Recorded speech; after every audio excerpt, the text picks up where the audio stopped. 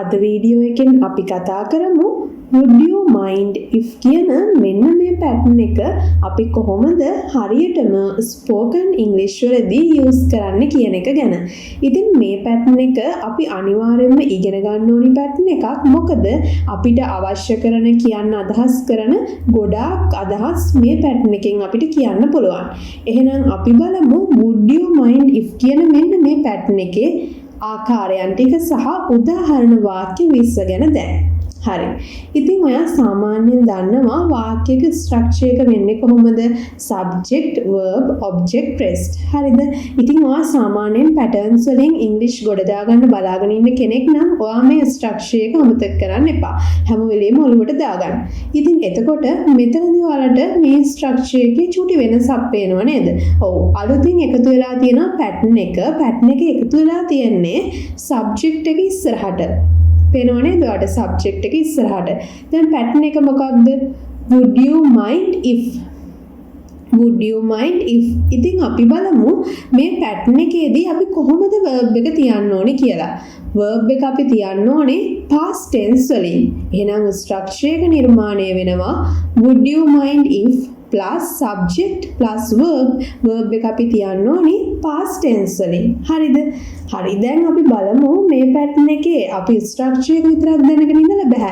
තේරුම දැනගත්තොත් මේ ඔයාට සුදුසු තැනට අවශ්‍ය වෙලාවෙදී use කරන්න පුළුවන්. ඉතින් අදහස වෙන්නේ ආචාරශීලීව අවසර ඉල්ලන්න හරි. එහෙමත් නැත්නම් ආචාරශීලීව ඉල්ලීමක් හෝ යෝජනාවක් කරන වෙලාවක තමයි මෙන්න මේ pattern එක භාවිතා කරන්නේ. මොන වගේ වෙලාවකද? ආචාරශීලීව අවසරයක් ඉල්ලන්න හරි ආචාරශීලීව ඉල්ලීමක් හරි යෝජනාවක් හරි කරද්දි තමයි මේ pattern එක අපි භාවිතා කරන්නේ සරලවම. ඉතින් අතීත කාලයේදී දැන් මෙතනදී භාවිතා කරන්නේ නේද verb එක ගත්තේ past tense. නමුත් මේ pattern එක වර්තමාන හෝ අනාගතයේ යමක් ගැන තමයි සඳහන් කරන්නේ. ඔයාට ඒක පැහැදිලි නේද? හරි. එහෙනම් අපි උදාහරණ වාක්‍ය වලට ගිහින් ඔයාලට තියෙන චුටි ගැටලු ටිකක් දැන් විසඳගමු. Would you mind if I used your phone? ඒ කියන්නේ මොකක්ද? Would you mind if I used your phone? ඔන්න බලන්න verb එක past tense වෙලා තියෙනවා. එතකොට මේකේ අදහස වෙන්නේ මං වාගේ ෆෝන් එක පාවිච්චි කරාට කමක් නැද්ද? එහෙමත් නැත්නම් මං වාගේ ෆෝන් එක use කරාට කමක් නැද්ද? අපි අහනවා නේද? අන්නේ කමක් නැද්ද කියන අදහස තමයි would you mind if කියන මෙන්න මේ pattern එකෙන් එන්නේ. ඉතින් would you mind if I used your phone? මම ඔයාගේ ෆෝන් එක පාවිච්චි කළාට කමක් නැද්ද? Next one. Would you mind if I open the window? Would you mind if I open the window? ඒ කියන්නේ මොකක්ද? මම ජනේලය ඕපන් කරාට කමක් නැද්ද? එහෙමත් නැත්නම් විවෘත කරාට කමක් නැද්ද? අපි ආචාරශීලී විදියට ඒ වගේ දෙයක් අහද්දී ඔයාට පුළුවන් spoken English වල නම් මෙන්න මේ විදියට would you mind if I open the window? බලන්න මේ විදියට අහුවාම කොච්චර ලස්සනයිද නේද? ඔයාටත් පුළුවන් English කතාවේදී මේවා අනිවාර්යයෙන්ම use කරන්න. එතකොට මෙතනත් open කියන්නේ verb එකේ base form එක. දැන් open වෙලා තියෙනවනේ. ඒ කියන්නේ මොකක්ද? verb එක past වෙලා තියෙන්නේ. Next one. Would you mind if I join your table? Would you mind if I join your table? pattern එක අරන් තියෙනවා subject එක verb එක past tense වලින් යොදලා තියෙනවා. ඒ කියන්නේ මොකක්ද? මම ඔයාගේ මේසයට join වුණාට කමක් නැද්ද? Would you mind if I join your table? මම ඔයාගේ table එකට join වුණාට කමක් නැද්ද? ඉතින් ඔන්න ඔය කමක් නැද්ද කියන අදහස වෙනුවෙන් නේද එනම් would you mind if කියන එක දෙන්නේ කියලා ඔයාට මේ patterns වල උදාහරණ වාක්‍ය කතා කරද්දී තේරෙනව නේද? හරි. Next one. Would you mind if I asked you a question? ඒ කියන්නේ මොකක්ද? මම ඔයාගෙන් ප්‍රශ්නයක් අහුවට කමක් නැද්ද? Would you mind if I asked you a question? මං වාගෙන් ප්‍රශ්නයක් අහුවට කමක් නැද්ද? Would you mind if we postpone the meeting? ඒ කියන්නේ මොකද්ද? අපි රැස්වීම කල් දැම්මට කමක් නැද්ද? ඔන්න බලන්න මෙතනදී සබ්ජෙක්ට් එක චේන්ජ් වෙලා නේද? අපි කියනවට we අරගෙන තියෙනවා. බලන්න ඔයාටත් මේ විදිහට I කියන සබ්ජෙක්ට් එකට විතරක් නෙවෙයි ඕනම සබ්ජෙක්ට් එකට මේ පැටර්න් එක ඇප්ලයි කරගන්න පුළුවන්. Would you mind if he stayed with us for a few days? ඒ කියන්නේ මොකක්ද? එයා අපිත් එක්ක දවස් කිහිපයක් හිටියට කමක් නැද්ද? එයා අපිත් එක්ක දවස් කිහිපයක් හිටියට කමක් නැද්ද? බලන්න කමක් නැද්ද? Would you mind if he stayed with us for a few days? Next one. Would you mind if I turned off the TV? ඒ කියන්නේ මම ටීවී එක ඕෆ් කළාට කමක් නැද්ද? Would you mind if I turned off the TV? මම TV එක off කළාට කමක් නැද්ද? බලන්න verb එක past වෙලා තියෙනවා. ඔයා එතනට අවධානය දෙන්න ඕනි. එතකොට තමයි මේ වගේ වාක්‍යයක් දැක්කහම ඔයා මේ වෙලාවට ප්‍රැක්ටිස් කරද්දිත් verb එකටත් අවධානය දීලා කතා කරනකොට ඔයාට එවරට මතක් වෙනවා මේකේ ස්ට්‍රක්චර් එක. නැත්තම් කියන්නම් වාලේ කිව්වට දැන් පුළුවන් ඊට පස්සේ ඔයාට බෑනේ. ඒ නිසා ඔයා අනිවාර්යෙන් මේ ක්‍රමවේදයක් try කරන්න. Would you mind if I left a bit early today? ඒ කියන්නේ මොකක්ද? මම අද ටිකක් කලින් ගියාට කමක් නැද්ද? Would you mind if I left a bit early today?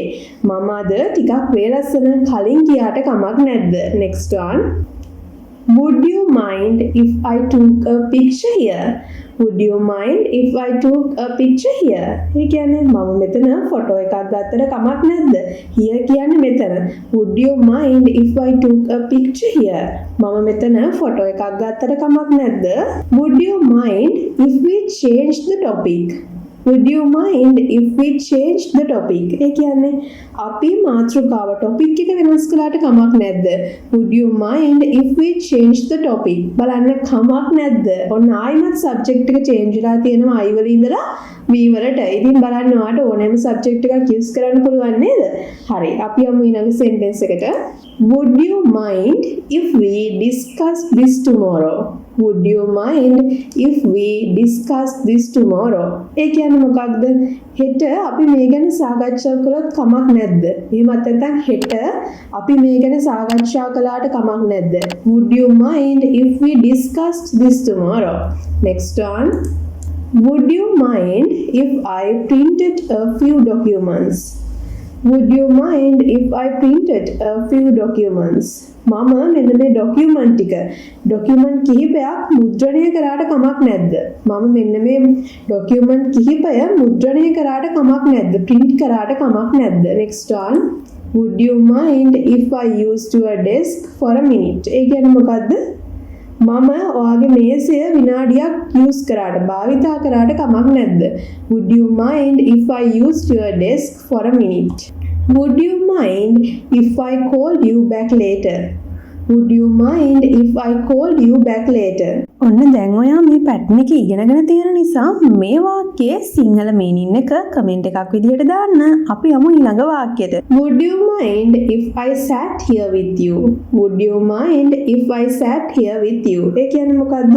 මං ඔයත් එක්ක මෙහෙ වාඩි වුණාට කමක් නැද්ද? Would you mind if I ordered before you? Would you mind if I ordered before you? Would you mind if I asked you something personal? Would you mind if I asked you something personal? මං වාගෙන් personal දෙයක් ඇහුවට කමක් නැද්ද? Would you mind if I asked you something personal? Would you mind if I brought a friend next time? Would you mind if I brought a friend next time? ඒ කියන්නේ මොකද්ද? ඊළඟ වතාවේ මං යාළුවෙක් ගෙනාවට කමක් නැද්ද?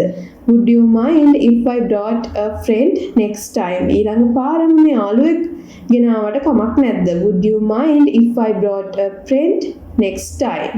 Would you mind if we split the bill? Would you mind if we split the bill? ඒ කියන්නේ bill පත බෙදාගත්තොත් කමක් නැද්ද? අපි බිල් එක බෙදාගත්තොත් කමක් නැද්ද?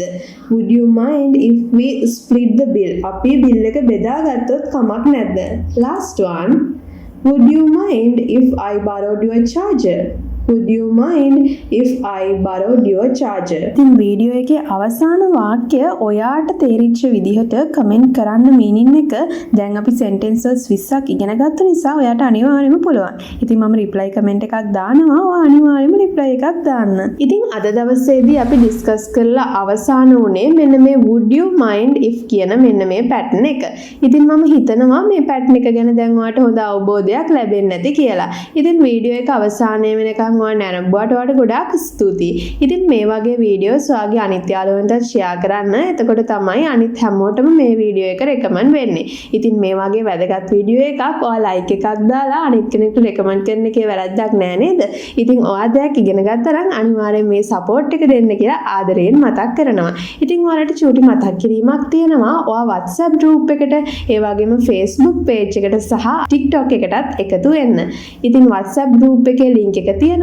ඒක හරහා සිද්ධ වෙන්නේ අපි මේ ඉගෙන ගන්න දේවල් ඉංග්‍රීසි කතා කරන්න කැමති ගොඩක් අය එකතු වෙලා එතන voice chat වලින් ඉංග්‍රීසි කතා කරනවා එයාලට පහසු වෙලාවට.